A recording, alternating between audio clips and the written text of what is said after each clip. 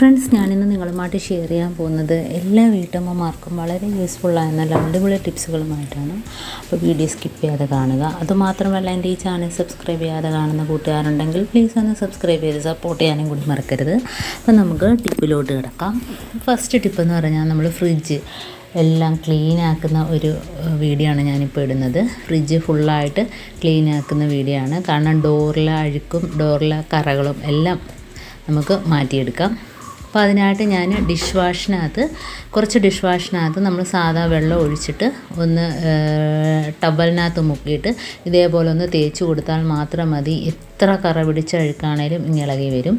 അതിനുശേഷം നമ്മൾ ടവൽ ഒന്ന് വെള്ളത്തിൽ മുക്കിയിട്ട് ഒന്ന് തുടച്ചെടുത്താൽ മാത്രം മതി.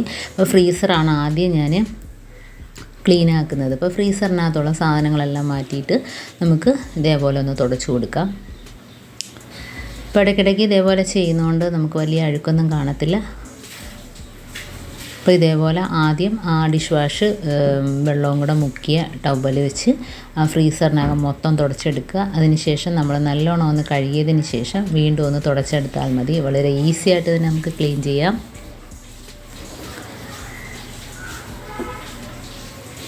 അപ്പോൾ ഫ്രീസറിനകത്ത് ഐസ് മാറ്റിയിട്ട് അതെല്ലാം ക്ലീനാക്കി എടുത്തിട്ടുണ്ട്. അപ്പോൾ നമുക്ക് കൂടുതലും ഡോറിനകത്ത് ആ റബ്ബർ ഭാഗത്താണ് ഭയങ്കര അഴുക്ക്. അത് ഞാൻ വേറൊരു സൊല്യൂഷൻ ഉപയോഗിച്ചിട്ടാണ് ചെയ്യുന്നത്. അപ്പോൾ ഇത് നമുക്ക് വളരെ ഈസി ആയിട്ട് പെട്ടെന്ന് തന്നെ ഇങ്ങനെ ചെയ്തെടുക്കാവുന്നതാണ്. ഇപ്പോൾ ഡോറിൽ സൈഡ് ഇപ്പം ഫ്രീസറിൻ്റെ പണി കഴിഞ്ഞു. ഇനി അടുത്ത ഡോറിൻ്റെ സൈഡ് ഭാഗത്തെല്ലാം അത് ഊരിയിട്ട് നമുക്ക് ഇതേപോലെ ഒന്ന് തുടച്ചു കൊടുക്കാം. അപ്പോൾ സോപ്പ് വെള്ളം ഉപയോഗിച്ച് തുടച്ചതിന് ശേഷം നമ്മൾ അല്ലാതെ ടവലൊന്ന് കഴുകിയിട്ട് തുടയ്ക്കുക. അപ്പം എന്നിട്ട് നമുക്ക് ഫ്രീസറിനകത്ത് ഇതേപോലെ ഇറച്ചി മീനൊക്കെ വെക്കുന്നതല്ലേ, അപ്പം അത് അഴുക്കാകാതിരിക്കാനൊക്കെ ഫ്രീസറിനകത്ത് അതിൻ്റെ വെള്ളമൊക്കെ വീണ് ചീത്തയാകാതിരിക്കാനൊക്കെ ഇതേപോലെ ഒരു പ്ലാസ്റ്റിക്കിൻ്റെ കവറുണ്ടെങ്കിൽ ഒന്ന് വെട്ടിയിട്ട് കൊടുക്കുക. അപ്പോൾ ഇതേപോലെ ആ തട്ടിനകത്തും ഐസ് ട്രേയുടെ അടിഭാഗത്ത് നമുക്കൊരു പ്ലാസ്റ്റിക്കിൻ്റെ കഷ്ണം ഇതേപോലെ വെച്ച് കൊടുത്താൽ മതി. ഇനി നമുക്കതിൻ്റെ തട്ടുകളെല്ലാം ഊരിയിട്ട് അതിൻ്റെ തട്ട് എല്ലാം ഊരിയിട്ട് ഗ്ലാസ് ഊരിയിട്ട് ഇതേപോലെ ഒന്ന് ആ വെള്ളത്തിൽ തന്നെ ആ ഡിഷ് വാഷ് കലക്കിയ സോപ്പ് വെള്ളത്തിൽ തന്നെ നമുക്ക് ഇതേപോലെ ഒന്ന് പെട്ടെന്ന് തേച്ചെടുക്കാം. അപ്പോൾ എല്ലാ ഗ്ലാസ്സും ഇതേപോലെ ഞാൻ തേച്ച് കഴുകി എടുത്തിട്ടുണ്ട്. ഇനി നമുക്ക് ആ ഗ്ലാസ്സിനകത്തിരുന്ന ഷീറ്റ് ഉണ്ടല്ലോ, അപ്പോൾ ഇതേപോലെ ഷീറ്റിട്ടാൽ നമുക്ക് നല്ലതാണ്. കാരണം ഇതേപോലെ ഷീറ്റിട്ടാൽ എന്തെങ്കിലും കറിയോ മസാല എന്തെല്ലാം പറ്റിയാൽ തന്നെയും നമുക്ക് ഫ്രിഡ്ജിനകത്തൊന്നും ആവത്തില്ല. ഉള്ളത് ആ ഷീറ്റിനകത്ത് ആവുകയും ചെയ്യും. നമുക്കത് പെട്ടെന്ന് ഇതേപോലെ കഴുകിയെടുക്കാനും പറ്റും. അപ്പോൾ ഉണക്കിയതിന് ശേഷം മാത്രം ഗ്ലാസ്സിനകത്ത് ഒന്ന് ഇട്ട് കൊടുക്കുക. അപ്പോൾ ഷീറ്റുകൾ ഉണക്കിയതിന് ശേഷം മാത്രം ഇട്ട് കൊടുക്കുക. അപ്പോൾ ഇതേപോലെ നമുക്ക് താഴ്ഭാഗത്ത് ഗ്ലാസ് എല്ലാം മാറ്റിയ ഭാഗത്തെല്ലാം ഇതേപോലെ ആ വെള്ളം വെച്ചൊന്ന് തുടച്ചു കൊടുക്കുക. പെട്ടെന്ന് നമുക്ക് ക്ലീൻ ആക്കി എടുക്കാം. കണ്ടോ, അപ്പോൾ കുറച്ച് മാത്രം മതി, ഒരുപാട് ഡിഷ് വാഷിൻ്റെ ആവശ്യമൊന്നുമില്ല. ഇപ്പം നമ്മുടെ അടിയിലത്തെ പെട്ടി വെക്കുന്ന ഭാഗം അതേപോലെ തന്നെ ഡോറ് എല്ലാം ക്ലീൻ ആക്കി കഴിഞ്ഞിട്ടുണ്ട്.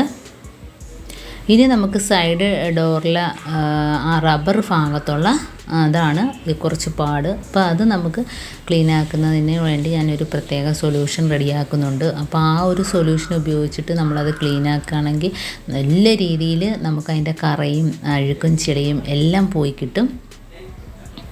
അപ്പോൾ നമുക്ക് ഒരുപാട് കറണ്ട് ആകത്തില്ല. കാരണം ഈ റബ്ബറിനകത്തൊക്കെ അഴുക്ക് നിൽക്കുമ്പം കറണ്ട് ഒരുപാട് നമുക്ക് നഷ്ടപ്പെടും. കാരണം നമ്മൾ റബ്ബറിൻ്റെ അഴുക്ക് ഒക്കെ നിൽക്കുന്നത് കൊണ്ട് നമുക്ക് കൂടുതലായിട്ട് കറണ്ട് ലീക്കാവുകയും ചെയ്യും. അപ്പോൾ ഇതേപോലെ ഞാൻ ഗ്ലാസ് എല്ലാം ഇട്ട് തുടച്ച് വൃത്തിയാക്കി എടുത്തിട്ടുണ്ട്. കണ്ടോ, വളരെ ഈസി ആയിട്ട് നമ്മുടെ ആ ഫ്രിഡ്ജിനകമുള്ള എല്ലാ പണിയും കഴിഞ്ഞിട്ടുണ്ട്.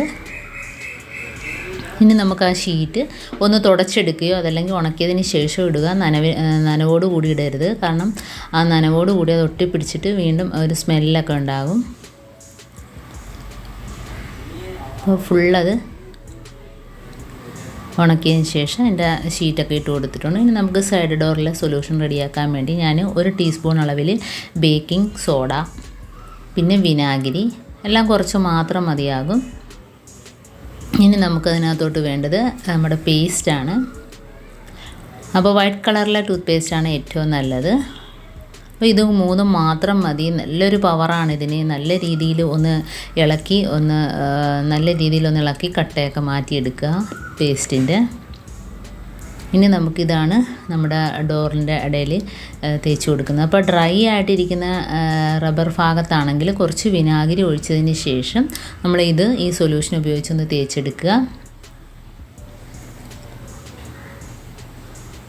അപ്പം മൊത്തത്തിൽ അത് ക്ലീൻ ആക്കി എടുത്തിട്ടുണ്ട്. ഇനി നമുക്ക് ഡോറിൻ്റെ ഭാഗത്ത് ബ്രഷ് വെച്ച് തേച്ചെടുക്കാം.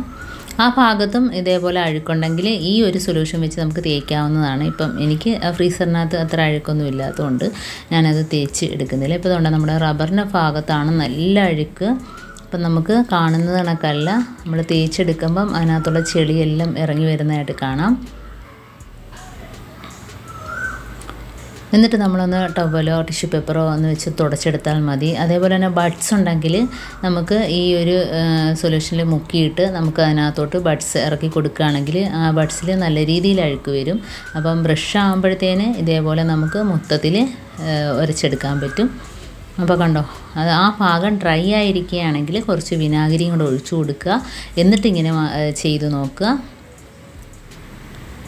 ഇതിപ്പോൾ എന്തുകൊണ്ട് നല്ല ചെളി ഇറങ്ങി വരുന്നുണ്ടോ, അവിടെയാണ് നമുക്ക് ഇങ്ങനെ ചെളിയൊക്കെ അടിഞ്ഞിരുന്നിട്ട് കറണ്ടിനൊക്കെ ഒരുപാട് നഷ്ടമാകും. കണ്ടോ, സൈഡിലൊക്കെ നല്ല രീതിയിൽ ചെളിയുണ്ട്. അപ്പോൾ നമ്മൾ എപ്പോഴും ഇടയ്ക്ക് ഇതേപോലെ ഒന്ന് ഈ ഡോറിൻ്റെ ഭാഗത്തുള്ള ചെളി കളയാൻ ശ്രദ്ധിക്കുക. റബ്ബർ ഭാഗത്ത് കണ്ടോ, അപ്പോൾ നല്ല രീതിയിൽ ചെളിയുണ്ട്. ഞാനൊന്ന് തുടച്ചെടുക്കാം. ഇതേപോലെ തന്നെ നമ്മുടെ ഫ്രീസറിൻ്റെ ഡോറിലും നല്ല രീതിയിൽ ചെളി കാണും. ഇപ്പം വെറും 5 മിനിറ്റ് കൊണ്ട് നമുക്ക് പെട്ടെന്ന് തന്നെ, നമ്മൾ മനസ്സ് വെച്ചാൽ പെട്ടെന്ന് തന്നെ നമുക്ക് ക്ലീനാക്കി എടുക്കാവുന്നതേ ഉള്ളൂ.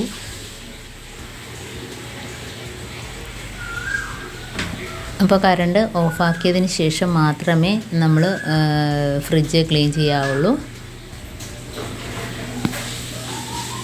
അപ്പോൾ അതുകൊണ്ടാണ് ഞാൻ ബഡ്സ് ഇട്ട് ഒന്ന് തേച്ചെടുക്കുകയാണ്. ഉണ്ടോ, അപ്പോൾ ബഡ്സ് ഇട്ട് ഇതേപോലെ തേച്ചെടുക്കുമ്പം നല്ല രീതിയിൽ അതിനകത്തുള്ള അഴുക്കെല്ലാം നമുക്ക് ബഡ്സിനകത്ത് കിട്ടും.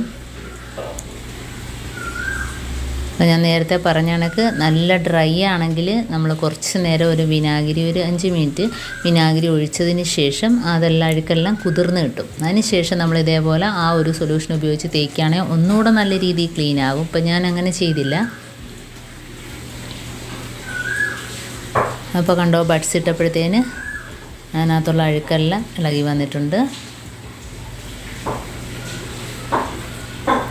ഇനി നമുക്ക് ഇതേപോലെ ഒരു ടവൽ ഉപയോഗിച്ച് തുടച്ചെടുക്കാം. അതല്ല എങ്കിൽ നമ്മുടെ കയ്യിൽ ടിഷ്യൂ പേപ്പർ ഉണ്ടെങ്കിൽ അത് ഉപയോഗിച്ച് തുടച്ചെടുക്കാം. അപ്പോൾ ബാക്കി ഭാഗം മൊത്തവും ഞാൻ നല്ലോണം ക്ലീൻ ആക്കി എടുത്തിട്ടുണ്ട്. അപ്പോൾ ഇത്രയേ ഉള്ളൂ എൻ്റെ ക്ലീനിങ്. അപ്പം ഇന്നത്തെ ഈ ടിപ്പ് നിങ്ങൾക്ക് ഇഷ്ടമാണെന്ന് വിചാരിക്കുന്നു. ഇത് ഇഷ്ടപ്പെട്ടെങ്കിൽ ഒന്ന് ലൈക്ക് ചെയ്യാനും കമൻറ്റ് ചെയ്യാനും സബ്സ്ക്രൈബ് ചെയ്യാനും മറക്കരുത്. അതേപോലെ തന്നെ ബെല്ലൈക്കൻ എനേബിൾ ചെയ്യാനും മറക്കരുത്. എന്നാൽ മാത്രമേ ഞാനിടുന്ന ഓരോ വീഡിയോസും നിങ്ങളുടെ മുമ്പിൽ നോട്ടിഫിക്കേഷനായി എത്തുകയുള്ളൂ. അപ്പോൾ ഇനിയും നല്ല നല്ല ടിപ്സുകളുമായിട്ട് വീണ്ടും കാണാം. അതുവരേക്കും താങ്ക്സ് ഫോർ വാച്ചിങ്.